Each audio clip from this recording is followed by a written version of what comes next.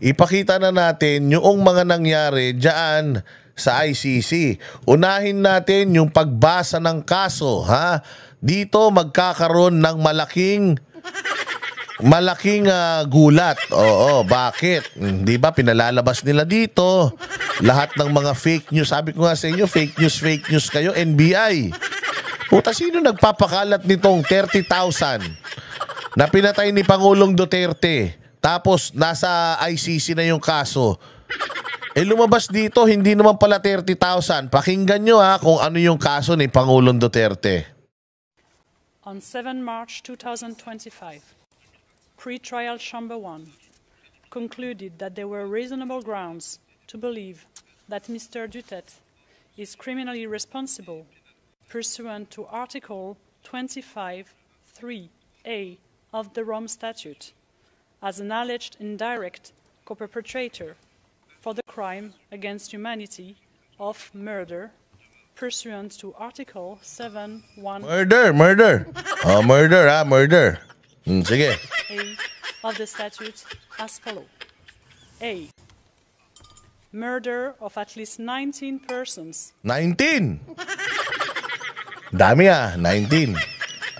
19 person, at least ano yun? Allegedly drug pushers of... Allegedly drug pushers. 19 na drug pushers. Okay lang kung pumatay ng 19 na sanggol. Ayan, puta, bitayin na yan. Pumatay ng 16 na housewife. 19 na housewife, yan.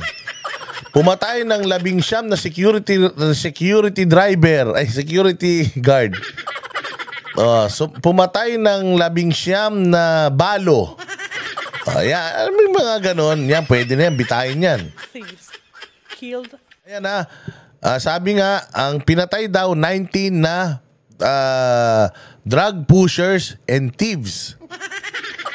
Magnanakaw at saka pusher ng drugs. Ibig sabihin, nang bibiktima ng mga ordinaryong tao. Ngayon, isipin ko, ako judge, pinatay niya kriminal. Magnanakaw. Putangin na, anong problema natin doon? Anong bubuhayin natin mga yan? Papakainin pa natin yan? Dapat mamatay yung mga hayop na yan eh. O, hindi ba? O, diretso. 15 persons, allegedly drug pushers or thieves, killed by members of the Davao Death Squad. Members of the Davao Death Squad. How can you prove that there's a Davao Death Squad? They didn't even prove that in Congress. Wala silang preba. Walang Davao Death Squad. Dito sa Pilipinas, di natin na-prove eh. Si Leila de Lima, 15 taon nagki-case build-up yan tungkol sa Davao Death Squad. Tinanong ni Jinggoy, meron ka ba na-file na kaso? Meron ka na ba napatunayan? Wala pa. Tangin ng tagal-tagal na sa lahat ng kapangyarihan, wala kang nakitang ebidensya. Puta, kung dito wala tayong nakitang ebidensya, di lalo na sa ICC.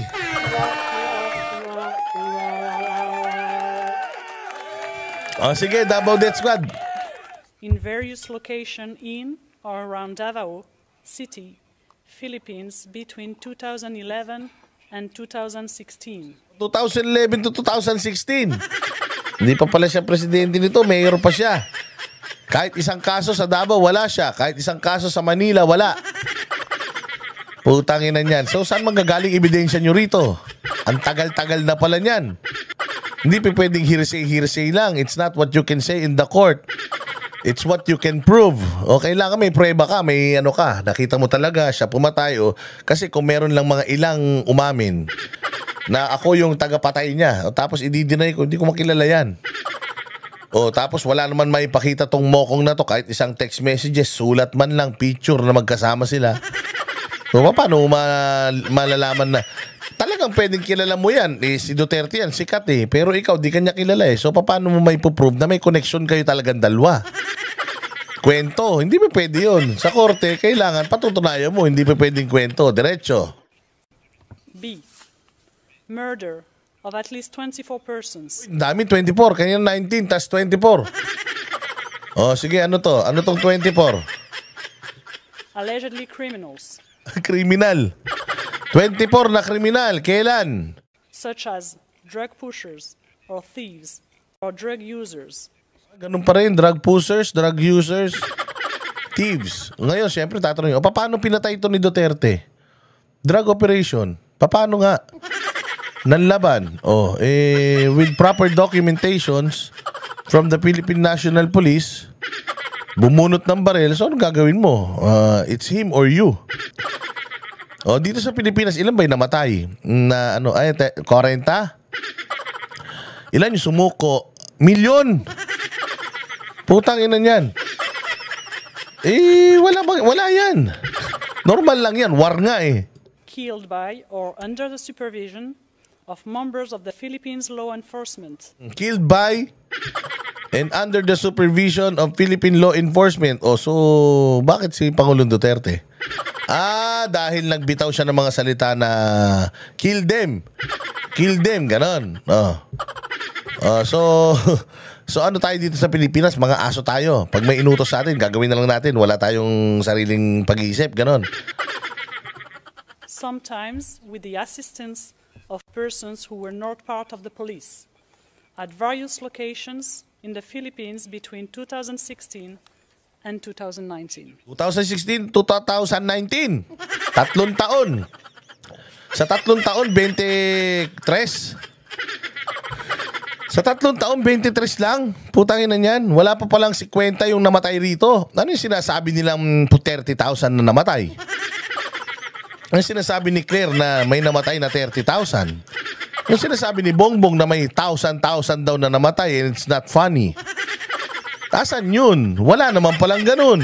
Si 50, less than 50 lang pala. Sabi mo, kung naman boss dada, buhay pa rin yan. One life is too many. Pero ang punto rito, you're blowing up the numbers to exaggerate. Parang kay Pastor Kibuloy. Ano sabi nila? Si Pastor Kibuloy daw nanggahasa ng 200. Putang ina, 200. Mantakin mo, pastor ka. Wala kang asawa. Pwede naman na ang pastor mag-asawa. Pero hindi siya nag-asawa kasi nga gusto niya, pure siya, malinis siya. Wala siyang tawag dito yung distraction. Walang nandi-distract sa kanya. Gusto niya, magsilbi lang siya sa Diyos, magpakalat ng salita ng Panginoon. Anong ginawa ng propaganda sa kanya? 200 ginahasa niya. May ginahasa siyang 200, putang inang yan. Isipin mo, ang tanda-tanda na ni pastor. May ginahasa pa siyang 200. Putang ina, anong vitamins ang tinitake ni pastor para mag-asa niya yung 200? At isa pa, sa 200 na ginahasa niya, kahit isa wala siyang nabuntis. Wala man lang siyang anak na lumabas. Wala man lang sila magpakita dito, anak ni pastor to sa ginahasa. Walang ganon. Kung siya ang galing ni pastor kung totoo yan Mahilig sila sa ganon. Pinalalaki nila yung Pinalalaki nila yung numero para magmukha ka talagang kahindik-hindik. Parehas yung ginawa nila kay Duterte. Kung di kayo naniniwala sa mga binibintang nila kay Duterte, huwag din kayo maniwala sa binibintang nila kay Pastor Kibuloy. Kasi kaya nila tinitira si Pastor Kibuloy dahil nga kay Duterte. Kita nyo ginawa nila kay Duterte ngayon? Tinaman nyo yung pang-fake news nila dito sa bayan natin. Paniwalang-paniwala yung mga Pilipinong tanga. Na may 30,000 namatay. Putang ina, yung pala wala pa 50. Paano nga, pag nilagay nila lahat yung 3,000 na yan, lalabas doon, putragis yan. Yung isa dengue, namatay. Yung isa namatay sa tigdas. Yung isa, namatay sa tipos. Hindi ba? Puta, magmumukha kayong mga tanga pag dito na sa korte, kaya maingat sila anong nilagay nila dyan. Yung may chance silang kaya nilang mapatunayan. Alin yan? Mag-ilan yan? 40 plus. So paano tayo ngayon maniniwala na si Pastor Kibuloy naghahasa ng 200 bata, 200 babae. Tingnan nyo, ilan yung nagdemanda kay Pastor Kibuloy? Iisa. Mahilig dito sa Pilipinas yung mga propagandista. Lalo na media at saka NPA, pag nagsama yan, putya ganyan yan magpalabas ng numero. Dramatic yung mga video, pictures na gagawin nila. Kailangan talaga nakakapukaw ng damdamin. kayang patunayan? Hindi. Magaling magpropaganda kasi nga NPA. Yun ang trabaho nila eh. Nakaka-recruit nga yan ng mga batang pupunta sa bundok, makikipagbarilan sa mga sundalo, mamamatay eh. Hindi mo naman alam anong pinaglalaban nila. Ganon sila kagaling mangunvince. Oh, ilan ang nagdemanda kay Pastor Kibuloy? Isa lang, isang babae lang. Wala nang iba. 200 yung ginahasa niya, isa lang yung nagdemanda. Paano yun? Di ba? Yun yung pinalalabas nila, di ba? Bakit ganun? Sabi nila, may human trafficking. People are being held against their will. Pucha, 16 days yung pulis dun, wala nagsumbong kahit isa. Sir, iligtas mo ko. May mga baril kayo, iligtas mo ko, ayoko na dito. Ilabas nyo ako. Walang ganun. 16 days natutulog sila lahat dun. Bukas yung gate, nakakalabas-pasok lahat ng mga miyembro. Putang ina niyan, kung ako ayaw ko dun, lumabas na ako. Nagpaikot-ikot sila dun, wala silang nahanap na nakaposas, nakatali, kinalbo, minaltrato, wala. Tapos sasabihin mo, human trafficker. Tangina niyo, wala na kayo. Bistado na kayo dito, burado lahat. Ito kay Pangulong Duterte, ganun din. 30,000, tapos makikita mo, 50. Wala pang 50. Anak ng tinapay. Yun na yun eh. Ilan lang yun?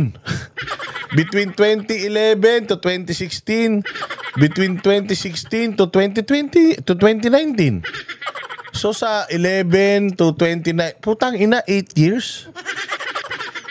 Sa 8 years, ang namatay wala pa 50. Isang missile lang ng Amerika sa Syria, daan-daan ang namatay. Libo-libo ang namatay sa mga gera na sinimulan nila. Asan yung mga presidente ng Amerika na ICC? Hindi. Si Putin, ang dami na rin namatay sa Ukraine na ICC? Hindi. Si Israel, binomba yung Gaza. Ang daming nangamatay doon. Nasaan si Israel? Nandun sa bayan nila. Si Duterte, ilan ang pinatay? 50. Nasaan? Ayan, pinagkanuno ng gobyerno niya. Putang ina nyo, wala, sirang-sira kayo dito. Wala kayong pwedeng rito, wala kayong pwedeng lusot dito, mga kolokoy kayo. Kaya ang sabi ko nga sa inyo, you just gave PRRD the whole world for them to listen to his stories before he dies. Lahat ng istorya niya mapapakinggan ng buong mundo, and Bongbong Marcos, wala kang magagawa kahit bayaran mo lahat ng mainstream media sa Pilipinas, hindi mo kayang magpropaganda sa buong mundo na matino ka. Kulang yung ninanakaw nyo. Para bilhin ninyo yung simpatsya ng the rest of the world. It's just the Philippines and the rest of the world. You can manipulate the Philippines. Hindi mo pa nga mamanipula Sa inyo na lahat Pulis, sundalo, media. Sa inyo na lahat. Pati NPA nasa inyo na Hindi nyo pa nga mapaniwala yung mga tao Lumalabas yung mga tao ngayon gabi-gabi. Nagdadasal para kay Pangulong Duterte. Alam mo, bawat isang pagdadasal nila para kay Pangulong Duterte, bawat isang taon nagdadasal kay Pangulong Duterte, yung kabaliktaran nun, pagkatapos magdasal, sana po, Lord, mapauwi si Pangulong Duterte. Sana po, yung susunod nun, at saka sana din po mamatay na yung mga nang abuso kay Pangulong Duterte. So, gaano karami yung nagdadasal kay Pangulong Duterte na umuwi siya, ganun din kadami yung nagdadasal na sana karmahin kayo. Na sana tubuan kayo ng mga burat sa muka. Tubuan kayo ng mga itlog na may pigsa sa mga mukha ninyo. Mapuno ng kulani yung buong katawan ninyo at mga matay kayong lahat sa sakit. Kami ang boses ng masa, hindi natatakot. Katotohanan lang, di kami nalulunod. Walang bahid ng sismis, lahat ay totoo. Kahit sino ka pa, Pag mali ka, babanatan ka. Walang pinipili kulay, wala kaming kinikilingan. Basta para sa bayan, kami lalaban. Pag tama palakpakan, pag mali banatan. Di matitinag, di matatakot, para sa bayan tuloy ang sigaw. Sa harap ng kamera, walang halong takot. Mga baluktot, lahat kayo'y tutumba. Ang hustisya at totoo, yun lang ang mahalaga. Kahit sinong harang, di kami matitinag. Walang pinipiling kulay, wala kaming kinikilingan. Basta para sa bayan, kami lalaban. Pag tama palakpakan, pag mali banatan. Di matitinag, di matatakot, para sa bayan tuloy ang sigaw. Kung nasa tama ka, ikaw ay aming kasama. Pero pag mali ka, handa ka na bang mabasag? Banateros kami, walang inuunan. Dahil bayan muna, bago ang sarili.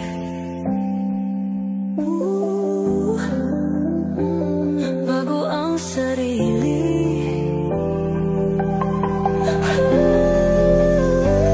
Pag tama palakpakan, pag mali banatan. Banateros ang sigaw, katotohanan ang laban.